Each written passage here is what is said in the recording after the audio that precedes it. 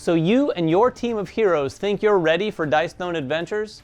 Well, hold on to that confidence while you can, because even though you think you might know Dice Throne, this game takes it to a whole new level. Dice Throne Adventures is a 1 to 4 player cooperative adventure game with a layered campaign spanning multiple plays that will see your heroes advance in more ways than one. Your team will set out across the Crimson Sands, exploring mysterious environments, battling minions, and even some fallen heroes from before your time.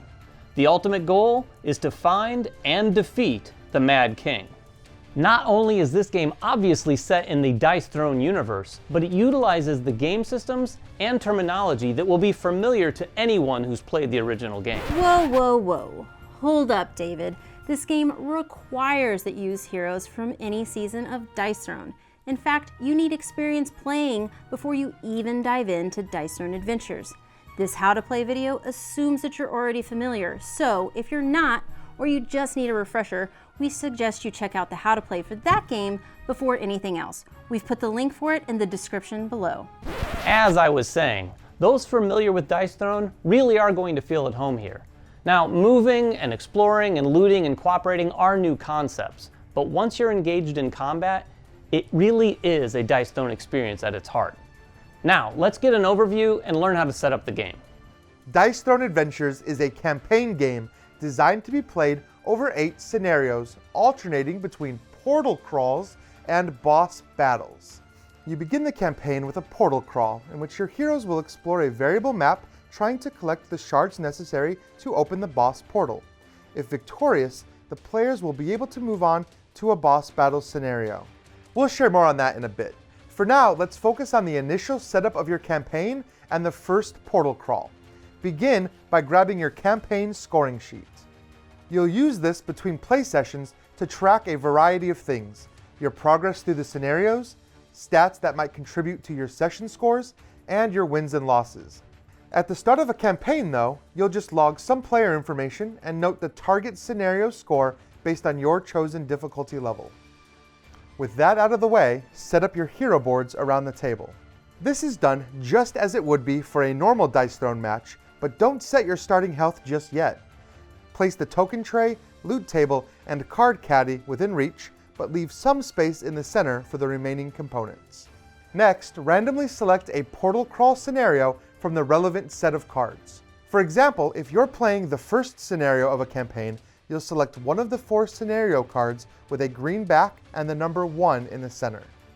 On the card, you'll find some information that's only relevant during play, but for right now, we're just looking at the hero setup and portal crawl map. Finish preparing your hero with the information found here. It includes each hero's starting health based on player count and the number of salves to distribute amongst your team. Each player should also take 1 loot die, 1 turn order card, gain 2 CP, and draw 4 cards to make up your starting hand. Before building the portal crawl map, make sure to set out the 4 minion decks, the enemy dials, the chaos dice, and your team's gold dial. Now it's time to build the map. We'll start by placing out the Crimson Sands starting tile and the face-down boss portal. Then fill in the rest of the map according to the layout by randomly selecting environments from their respective tile sets and adding them face down. Portal shards, loot chests, and additional salve tokens are added next. Finally, take your heroes and place them on that starting tile. Set your gold value to its starting amount, which is also based on player count, and then you're ready to play. Welcome to the portal crawl. Your objective is simple. Collect 3 shards in order to reveal and explore the boss portal and defeat the level 4 minion who's guarding it. So maybe not that simple. There's definitely a lot that's standing between you and victory, so let's pick a start player and get to it. To determine that starting player, everyone at the table will roll their loot die. The highest roll will go first, and then play will proceed clockwise around the table. A player's turn is clearly outlined on the turn order card. It has 7 steps to follow in order, but you'll skip the first 3 if you've already engaged with a minion. Let's assume for a moment though that you're not engaged, so we'll start with the top 3 listed on the card, collectively referred to as Move and Explore. During step 1, the player may spend salve in order to heal. Now, the exact effects of a salve can vary, so make sure that you refer back to your selected scenario card to see how exactly it works in this particular crawl. Step 2 is to move your hero around the map. Movement in Dice Throne is orthogonal, but not necessarily one tile at a time. Your hero moves any distance across explored tiles until it reaches either an unexplored tile or a minion battle that one of your teammates may currently be engaged in. For example, if your hero starts their turn here, you can move here or here and explore one of those two tiles. Or you can move here, where your teammate has already explored but is still battling it out with a minion. If you move to an unexplored tile, step 3 is when you explore it and discover its unique environment. Before revealing a face-down tile, first collect any items that are present on it. If it's a portal shard, place it directly on the boss portal. Any salves are placed onto your hero board. And if you collect a loot chest token, it's time for every hero to get a reward. Did someone say loot? Loot chests hold a little something for everyone, but you're not going to know what it holds for you. Let me explain how that works.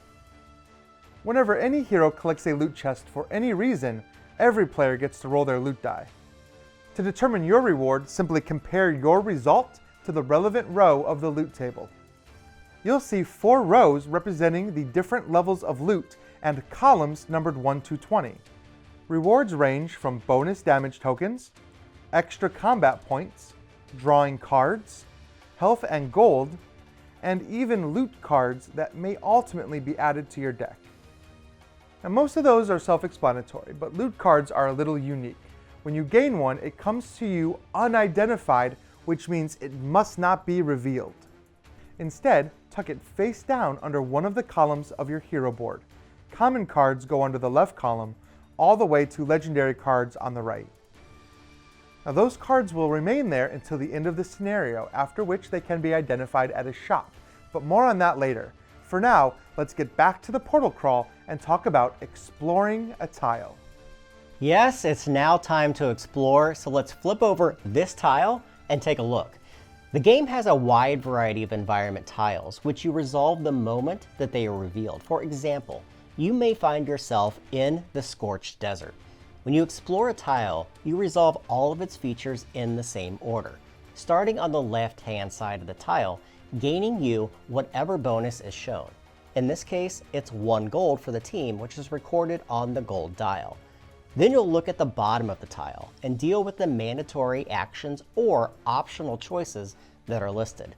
In this example, any hero must either discard a salve or you may choose to roll a single die, accepting the resulting effect. Finally, look at the right side of the tile. If there is a minion icon present, draw and reveal a minion from the corresponding deck. You're now engaged with that minion. Now, before we move on to steps 4 through 7, referred to as minion battle, let's set up the minion and take a closer look at its card. We found a lizard mage, so the exploring hero will place it in front of their play area to easily identify who it is engaged with and where the battle is taking place. There are a wide variety of minions in the game, but you'll find the same types of information on each of their cards.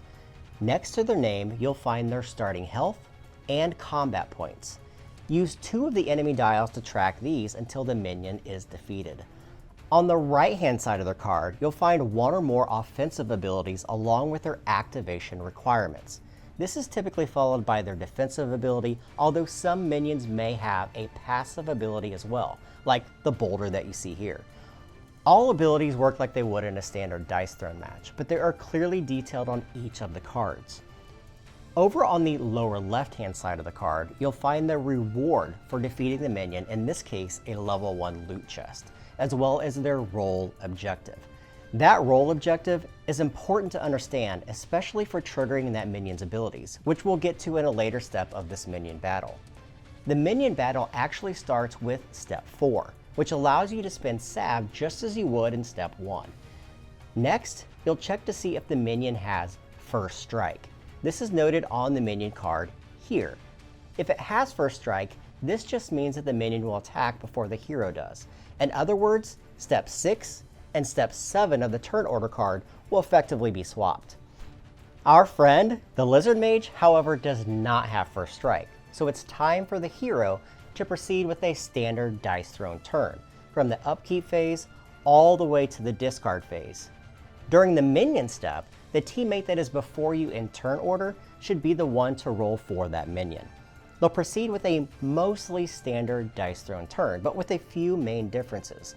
Those differences being that they will skip the income phase, both main phases, and of course the discard phase that would typically occur in a standard turn of dice thrown. In other words, unlike heroes, minions will never take those steps in a game of dice thrown adventures. The other key difference occurs during the offensive roll phase. This is when the player who is acting for the minion will take the 5 chaos dice and roll them, with their goal being to reach the roll objective that I mentioned earlier.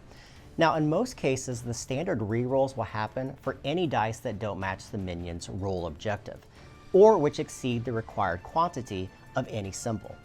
So, for example, if the Lizard Mage's first roll was this, you would keep these dice and reroll the rest. If the first reroll meets the roll objective, then the final reroll is not performed at all. Remember, the minion's goal is always to roll exactly what is detailed on that minion's roll objective. If after 3 rolls, the minion has not met their objective, then they will perform the best ability that is fulfilled for that activation requirement. Keep in mind that some roll objectives don't necessarily have to be fully met in order to activate some abilities that are listed on the card. The Wandering Ronin, for example, will try to get 5 of these symbols if possible, but will activate their Slice and Dice ability as long as they get 3 of them. When the roll objective is straights, there are 2 specific guidelines for choosing which dice to re-roll. You should keep exactly 1 each of a 2, 3, 4, and 5 result. And you should only keep 1 or a 6 if it is already part of a small or a large straight. Once all 4 steps of the minion battle are completed, your turn is over. If you and the minion are both still alive, then the player who is next to you will start their turn. If you defeated the minion, you will receive the indicated reward that is listed on that minion card.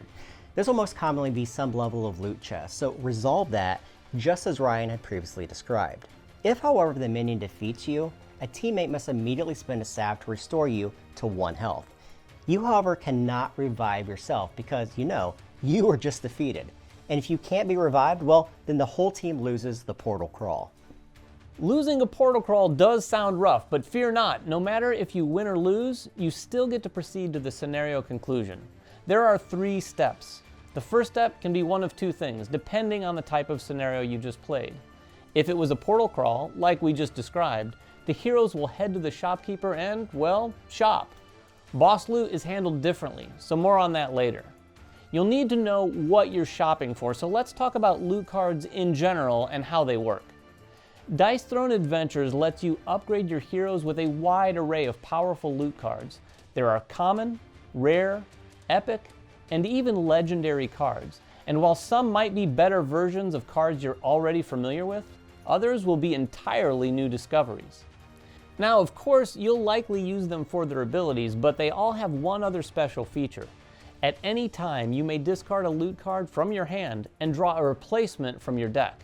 It's a nice flexible option that you just don't have with your standard cards. Some are classified as equipment, as indicated right here. These are played face up next to your hero board and remain there for the rest of the scenario.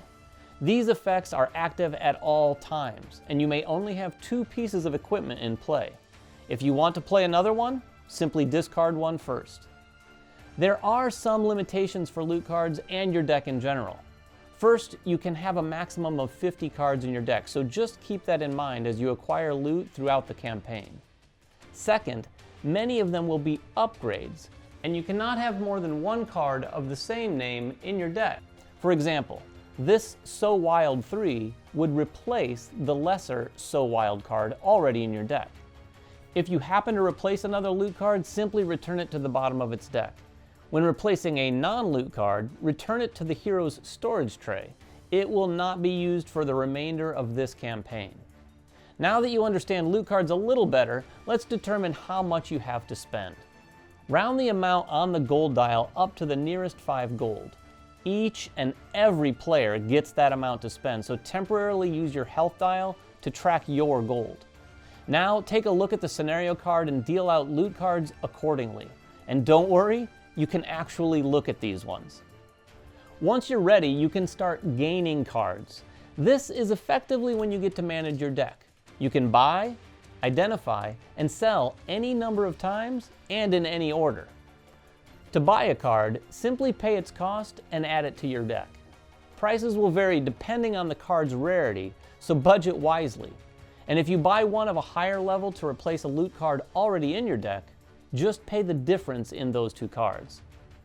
If you'd like to identify any of the face down cards you acquired during the portal crawl, this is also the time for that. Spend 10 gold for each one you identify, reveal it, and add it to your deck without any further cost.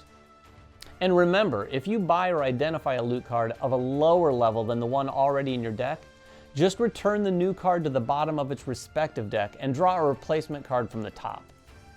You're also able to sell unidentified loot and any loot cards already in your deck for 5 gold each. Cards sold this way go back to the bottom of their respective deck, and you cannot sell base cards or any cards just dealt to you from the shop. After finishing up at the shop, it's time to record your scenario on the campaign scoring sheet. If you won, simply log all the relevant statistics from the scenario in the appropriate column. Note the calculations involved with some of these entries, and that your remaining salves carry over as your starting salves for the next scenario. In the case of a loss, just fill in the scenario number, calculate your starting salves for the next session, and mark a -10 in the lost box at the bottom of the column. When you lose a portal crawl, you'll shuffle any environment tiles and minion cards back into their respective decks before setting up the scenario again. But if you win, take your newly improved heroes and prepare for the boss. You've managed to survive, so now it's time to face the boss who awaits you on the other side of the portal. The game comes with 4 unique bosses, each with their own set of components, and they must be defeated in order, starting with the Fallen Barbarian and culminating in a showdown with the Mad King himself. We begin with some unique setup for the boss battle, going through a number of steps that must be completed as such. Start by grabbing just a single health dial for the heroes and set it to the amount indicated on the boss battle scenario card, in this case, 50 health. Your entire team will now share this common pool of health. Next, collect all the components that are relevant for the current boss and place them in the center of the table. These items include the boss board, boss leaflet, the boss scenario card, as well as their upgrade cards and action deck, which are each shuffled separately and placed into their own stacks. In addition, players will also collect all 5 chaos dice and 2 enemy dials, marking the boss's starting health and combat points according to the number of heroes in the game. Now, it's important to note that each boss has 2 listed values for their combat points, which I will call CP for the rest of this video. An upgrade pool of CP, which they'll use to enhance their boss board with cards that come from their upgrade deck, as well as their starting value of CP, which is what the dial will ultimately be set at once the battle with the boss begins. For now, however, we're going to set the dial to 8 CP and grab the deck of shuffled upgrade cards so that we can begin giving our Fallen Barbarian here his own set of unique upgrades for this battle. One by one, turn over the top card from the boss's upgrade deck and place them on the matching ability of their board. For each card placed this way, the boss will spend CP from their dial according to the value that is listed on that card. So for this Low Blow 2 upgrade, they will spend 1 CP to add it to their board. And this process of upgrading the boss will continue until a card is revealed that is too expensive to be placed. Now, there are a couple of instances that could occur during this step that we need to address. First, when a card is revealed that could upgrade an ability from level 2 to level 3, only the difference between the 2 cards will be paid. And second, if a level 2 upgrade card is revealed and the boss already has a level 3 upgrade card in that slot, then the card will simply be discarded and a new card will be drawn in its place. After this process is complete, all the upgrade cards that remain or were discarded are simply returned back to the box and will not be used during this battle. And no matter how much CP remains on the boss's dial, after completing their upgrades, the dial will be reset to the value that is listed as the starting CP on the boss's scenario card, which is 2 CP for the Fallen Barbarian. Finally, the boss will collect King's Hand tokens, as indicated on their scenario card. In this case, it's 2 tokens in a 2-player game. King's Hand tokens are one of the many new status effects that are unique to Dice Throne Adventures, and are used as potentially battle-saving comebacks by all the bosses, as well as some of the more powerful minions that display this symbol. There are a number of rules that govern the use of these enemy tokens. However, 2 are consistent throughout. First, they can never be removed or transferred. And second, they must always be spent if they are available. A King's Hand token has 2 main purposes, and making enemies even more difficult to defeat, and will always be used automatically if either of these 2 events occur in the game. First, if an enemy fails to activate any ability during their offensive roll phase, they must spend one of their available tokens as a last-ditch effort to reverse the effects. In spending that token, they get to roll a single Chaos die, hoping to hit the success parameters that are listed on their boss card, or the scenario card if it is a minion. And in the case of this Fallen Barbarian here, that value would need to be a 4, 5, or a 6. If the roll is successful, then that enemy gets to do an entirely new offensive roll phase. And second, King's Hand tokens must also be spent when they are targeted by a hero's ultimate ability. If you are lucky enough to roll your ultimate and your enemy still has an available token, they will have the chance to break free of its effect by rolling a single Chaos die, attempting once again to hit the parameters that are listed. In the case of being successful this time, they will force that hero to re-roll one of the dice that made up that perfect roll. And it's important to note that because scenarios do scale in difficulty, the details surrounding the use of King's Hand tokens can change. So players must always refer to either the Portal Crawl or the Boss Battle scenario card to get a more detailed breakdown on some of the specific parameters for each of their uses. And that's it. We are now prepared to finally face the boss. During the boss battle, players will take turns in clockwise order until the boss or your team is defeated. On a hero's turn, they will carry out all 3 steps that are listed on this boss battle turn order card. The first step, which is completely optional, will allow you to spend any number of salves to regain health on your team's shared health dial. And in the case of the Fallen Barbarian here, that number is listed as 6 health per salve spent. During step 2, the current hero will complete a standard Dice Throne turn, just as they would in the Portal Crawl or base game. Once the hero turn is complete, and if the boss has not yet been defeated, the teammate to your right will now perform step 3, the boss's turn, which is essentially another standard Dice Throne turn with a few notable exceptions. During the income phase, in addition to increasing the boss's CP by 1, draw the top card of the boss's action deck, flipping it over and placing it on the top of their deck. Some of these may immediately grant the active hero with a one-time boon, like the Pierce 2 card here, which will allow my gunslinger to immediately collect 1 salve. For the boss's main phase, you will carry out the action on the card that was just drawn. If it is a main phase action card, then the boss will attempt to play it by spending CP from their dial equal to the card's CP cost, immediately resolving the card's effect. If, however, the boss cannot afford the CP of the card, or the card would have no effect if it was used, then the card is sold or discarded, and the boss would increase their CP dial by 1. However, if the card drawn is a roll phase action card, you will simply ignore it for now and come back to it during the offensive roll phase, which is the very next step. Just like minions, bosses will roll all 5 chaos dice, re-rolling them up to twice more, all in an effort to meet their roll objective. However, unlike minions who have a static objective, a boss's roll objective will change each turn according to the bottom of the last drawn action card. So in this case, they are attempting to roll these 5 symbols. Once the dice have been rolled, the boss will then activate the ability with the highest priority that it has fulfilled the activation requirement for, regardless of what the original roll objective was. So in the case of this roll, which could trigger these 2 different abilities, they would only activate Unhinged, since its priority number at 11 is higher than the Smackdown at 1. It's important to remember that if the boss had drawn a roll phase action card previously, they would now spend the CP that is listed on the card and resolve its effect as well, but only if they had enough CP on their dial to spend.